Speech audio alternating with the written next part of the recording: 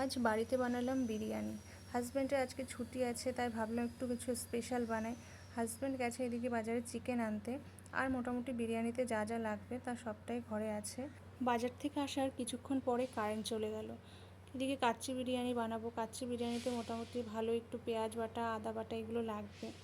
Mixture use করতে পারছি না, সে তো কী অবস্থা। এই হিমসাগর আম এবছর আমরা প্রথম কিনে আনলাম। কথায় আছে শখের দাম লাখ টাকা। এখন ইচ্ছে যখন হয়েছে তার তো যে কোনো উপায় পূরণ করতেই হবে। তাই আর বেশি কিছু চিন্তাভাবনা না করে আমি আর হাজব্যান্ড দুজনেই লেগে পড়লাম বাটাবাটিতে। হাজব্যান্ড এদিকে পেঁয়াজগুলো গ্রেট করে দিচ্ছিল, আমি আদাটা বেটে নিলাম।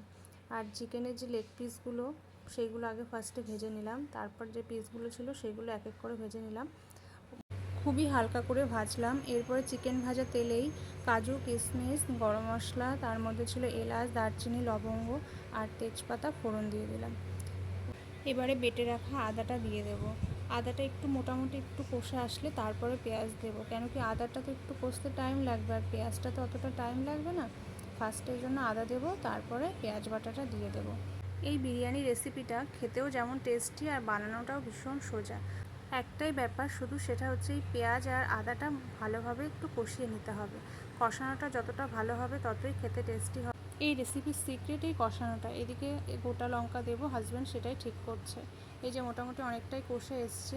আর এইদিকে গোবিন্দভোগ চাল নিয়ে নিলাম। মোটামুটি আজকে চিকেন 1 কিলো আর চাল 750 মতো দিয়েছি।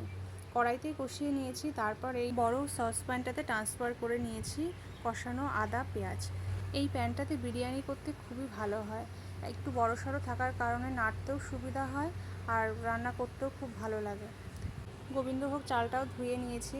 আমার থেকে বেশি করছিল আমার হাজব্যান্ডই, কেন কি এই রান্নাটা আমি আমার শ্বশুরবাড়িতে এসেই না শিখেছি।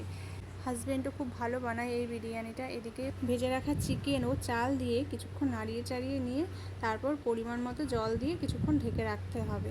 মোটামুটি হয়েই এসছে, এই যে দেখো হয়ে এসছে। একটু এবার পরিমাণ মতো জল দিয়ে দেবো। চাল নিয়েছিলাম মোটামুটি 750, ওই জন্য 1 লিটার মতো জল নিয়েছি। আর তারই সামান্য একটু জলে একটু পাউডার দুধ গুলে সেই জলটাও দিয়ে দিলাম। এবার আর কোনো কাজ নেই, জাস্ট কাঁচা লঙ্কা দিয়ে আর একটু ঘি দিয়ে ওপর থেকে ঢেকে রাখবো। মোটামুটি 15 to 20 মিনিটসই লেগেছে, তার বেশি টাইম লাগেনি। এই দেখো আমাদের বিরিয়ানি পুরো রেডি। আর চিকেনটা তো এত সফট হয়, মানে আমার নাড়তেও ভয় লাগে যে আবার চিকেনটা খুলে খুলে না যায়। এই দেখো একদম পুরো রেডি। সবার খিদে পেয়ে গেছে, এদিকে আমি সবার জন্য একটু নিয়ে নেব, সবাইকে সার্ভ করে দেব। ভালো লাগলে লাইক, কমেন্ট, সাবস্ক্রাইব।